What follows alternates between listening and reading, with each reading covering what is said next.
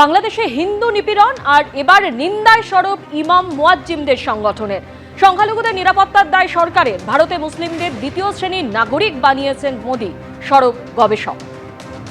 যদি সংখ্যালঘুদের উপরে কোনো অত্যাচার হয়, তার যদি ইন্ডেক্স হয়, তাহলে ভারতবর্ষ এখন সর্বোচ্চতম জায়গায় আছে। লজ্জায় আমাদের মাথা হেট করা দরকার, প্রধানমন্ত্রী থেকে শুরু করে প্রতিটা মানুষের।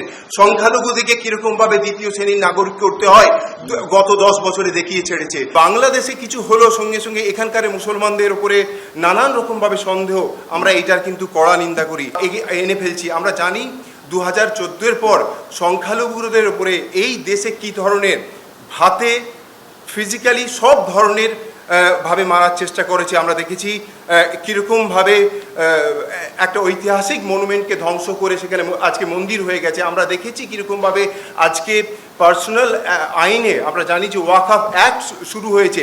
এইটা আসলে পার্সোনাল যে ল আছে সেখানেই ঢুকে পড়ার চেষ্টা। ভারতবর্ষ থেকে মাদ্রাসা ব্যবস্থা তুলে দেওয়ার জন্য উঠে পড়ে লেগেছে। ইউনূসের নেতৃত্বাধীন সরকারের আমলে কি হচ্ছে বাংলাদেশে? বেছে বেছে হিন্দু ও সংখ্যালঘুদের ওপর অত্যাচার চলছে। আর এই আবহে আগামীকাল আপনারা জানেন ঢাকায় ভারতের বিদেশ সচিব বিক্রম মিশ্রি আসছেন। বাংলাদেশের বিদেশ সচিবের সঙ্গে তার বৈঠক হওয়ার কথা রয়েছে। হাসিনা সরকারের পতনের পর এটাই হবে দুদেশের মধ্যে প্রথম কূটনৈতিক পর্যায়ের বৈঠক। আর সেই বৈঠকের পর কি কড়া পদক্ষেপ নেয় ভারত, নজর রয়েছে সেদিকে।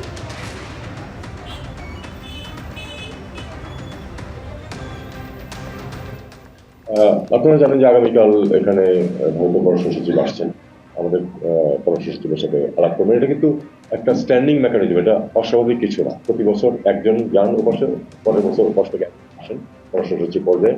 এটা ফরেন অফিস কনসালটেশন বলা হয়, থাকে দীর্ঘদিন যাবৎ চলছে এবং তারই অংশ হিসেবে তিনি আসছেন। আমি আশা করবো যে তারা একটা ফলপ্রসূ আলোচনা করবেন।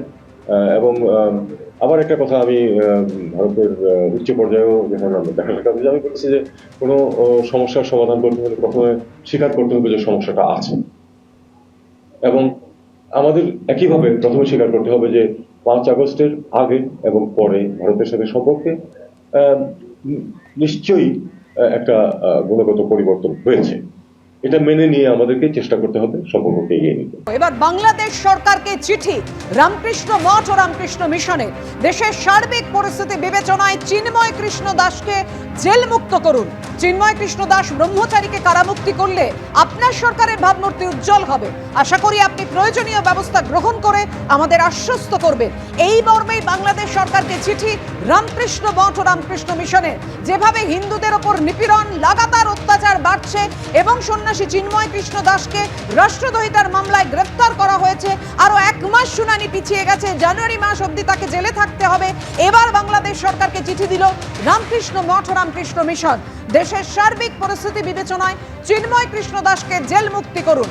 চিন্ময় কৃষ্ণ দাস ব্রহ্মচারীকে কারামুক্তি করলে আপনার সরকারের ভাবমূর্তি উজ্জ্বল হবে। আশা করি আপনি প্রয়োজনীয় ব্যবস্থা গ্রহণ করে আমাদের আশ্বস্ত করবেন। এবার বাংলাদেশ সরকারকে চিঠি রামকৃষ্ণ মঠ ও রামকৃষ্ণ মিশনে। বাংলাদেশ সরকারের প্রধান উপদেষ্টাকে চিঠিতে এভাবেই আবেদন করলেও রামকৃষ্ণ মঠ ও মিশন। গোটা বিশ্ব জুড়ে যখন প্রতিবাদের ঝড়, সন্ন্যাসী চিন্ময় কৃষ্ণ দাসকে গ্রেফতারের প্রতিবাদ জানাচ্ছেন তারা। এবার রামকৃষ্ণ মঠ ও মিশন তারা আবেদন জানালো বাংলাদেশ সরকারের কাছে।